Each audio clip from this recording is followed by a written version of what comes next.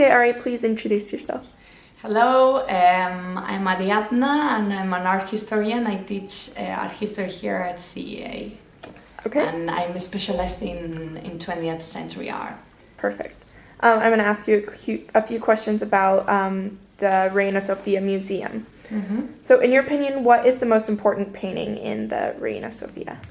I'd say that El Guernica is the most famous one. Okay, and why do you think it's so famous and so important? Well, it turned into something more than a painting. It's really like an anti-war symbol because it's depicting all the atrocities that took place in Spain during the Spanish Civil War.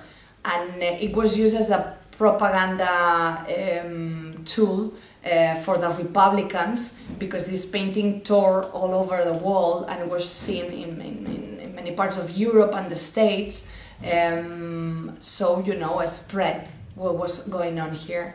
And also later on was used as to get money for the refugees after the Spanish Civil War finished. It was touring around the States and they were trying to get money for the refugees. So it means a lot. It's not only colors very well organized on a canvas, and that's it. Okay. Why can you take photos of other Picasso paintings but not of Guernica? To be honest, I don't know. I assume that there are like copyright issues, okay. But that's the only thing I can say because obviously with flash you could not take them because it's a very fragile painting, El Guernica, but without flash you should, be allowed to do it. Okay. So. And why was Guernica moved from El Prado to Reina Sofía? It was a bit controversial because El Guernica was in the States in the MoMA, the Museum of Modern Art in New York.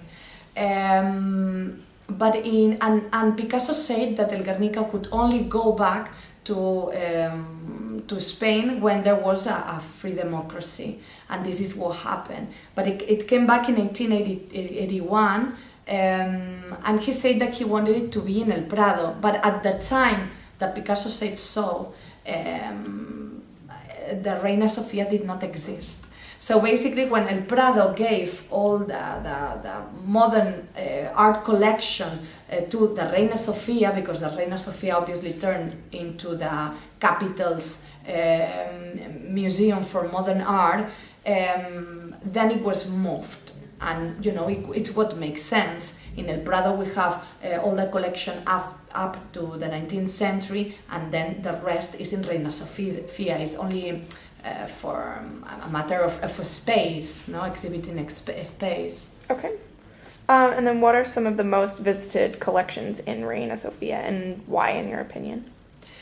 I suppose that one of the most visited rooms are basically the ones by Picasso because he's a well-known artist. Everyone knows Picasso and everyone likes Picasso for whatever reason. Dalí also have a very good reputation. I think that his paintings are very approachable because even if you don't know anything about the artist and all his paranoias, obsessions and traumas, and if you cannot read all the symbols that are hidden in the paintings, you can enjoy the incredible drawings and I mean, it's amazing the way he painted. So what people like is just to look at those paintings and say, wow, this looks like real, and that's why I think it's very popular. When talking about Miro, it's more difficult because Miro is not very well understood. He's very poetic.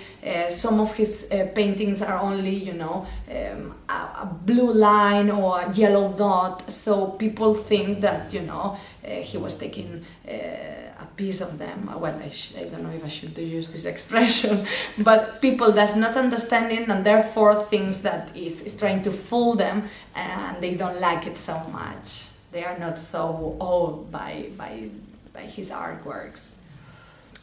Okay, thank you. You're welcome, bye.